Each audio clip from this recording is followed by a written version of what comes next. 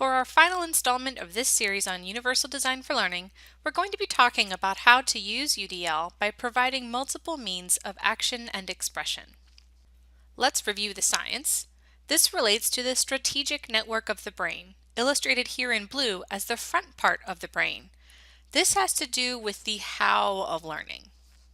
Because we're all so different in how we learn, the guideline from CAST is to provide multiple means of action and expression. Earlier, we discussed representation as how you present content to students. In contrast, action and expression are about how the learner processes that information and communicates it back to you. Here are some ideas about action and expression to get us rolling.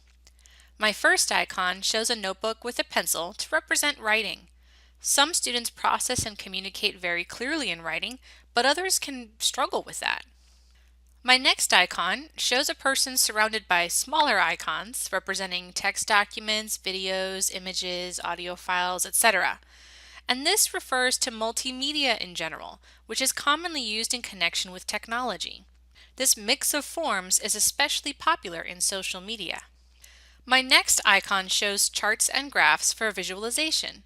Students might communicate well via mind maps, Venn diagrams, or other graphic organizers. We also have an icon of someone conducting a science experiment at a lab table, which refers to demonstration or hands-on application as a way to express learning. Lastly, we have an icon of a person with a speech bubble because some learners communicate well verbally, whether that's in a synchronous or asynchronous environment.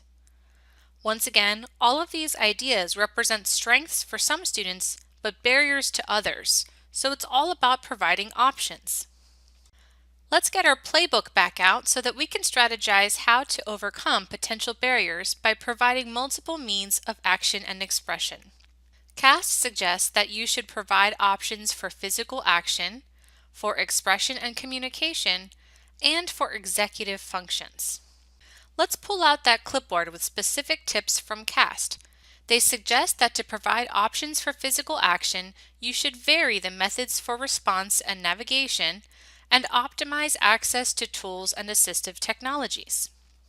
My first example to check off the boxes from our checklist is to vary the options for physical participation. You want to mix up whether students are raising hands, moving around the room, etc., so that it's not always the same type of physical action. I want to note that in the online classroom, this is more about the technologies themselves. When choosing digital tools, gravitate toward ones that have multiple input styles, like mouse clicking versus keystrokes. Another strategy is to promote assistive technologies when appropriate. You don't need to use these tools or teach students how to use them, but having an awareness is what will help you promote them when they could help. You could recommend screen reading tools, screen magnifiers, audiobooks, etc. whenever students are struggling with a barrier to learning. On to our next clipboard checklist for providing options for expression and communication. First, use multiple media for communication. This refers to students being able to communicate with multiple media. Second, use multiple tools for construction and composition, which has to do with the fact that learners can be different in how we put together meaning, how we draft our communication, so provide tools that allow people to do that in different ways. Lastly, build fluencies with graduated levels of support for practice and performance. And that has to do with scaffolding student learning, offering support options for students who need it to adequately communicate their knowledge. Let's look at a few examples to check off some boxes from that list. First, allow both multimedia and text responses for assignments whenever possible. Let students express their thoughts in text, audio recording, or video. This is a great strategy to use when you're assessing content over format, such as in discussion posts or reflection assignments.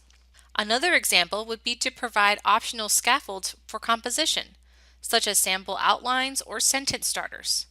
It's important not to mandate these, however, because you're trying to provide options, not create constraints. The scaffolding should be there for students who need it and who want to use it, but students can choose to bypass the scaffolding and come at the assignment from a different angle. The last checklist for our clipboard is about providing options for executive functions. CAST recommends that you guide appropriate goal setting and support planning and strategy development. For these two strategies, consider how learners differ in their project management skills. For students who struggle with processing large tasks or managing time well, often due to a learning disability, you should consider providing optional support for those skills. Our third strategy is to facilitate managing information and resources. Again, some students, particularly those with disabilities, can have trouble managing information flow. How can you provide suggestions and guidance to help prevent students from getting overwhelmed by sources and information? Lastly, enhance capacity for monitoring progress. This is similar to our discussion on self-regulation when we discussed multiple means of engagement. Enhancing a student's capacity for monitoring progress involves providing support and resources that scaffold students to be more autonomous managers of their own learning, perhaps with prompts or samples. Let's check off our last boxes from CAST's checklist with a few examples. First, you can model and promote resource management tools and strategies. For example, software like Zotero, Mendeley, and RefWorks help people manage research sources and citations. Web bookmarking and annotation tools like Hypothesis can help us manage and collaborate on web content. Share with students how you manage information. Our second example is to provide optional scaffolds for project management. This could involve sample timelines for breaking down a long-term project, suggested group roles to help facilitate group work, opportunities for check-ins throughout a project, or maybe even a sample project management framework like Scrum, Waterfall, or CCPM. Our sources, for the last time, are the National Center on Universal Design for Learning from CAST, and all the icons that we used are from FreePick via flaticon.com.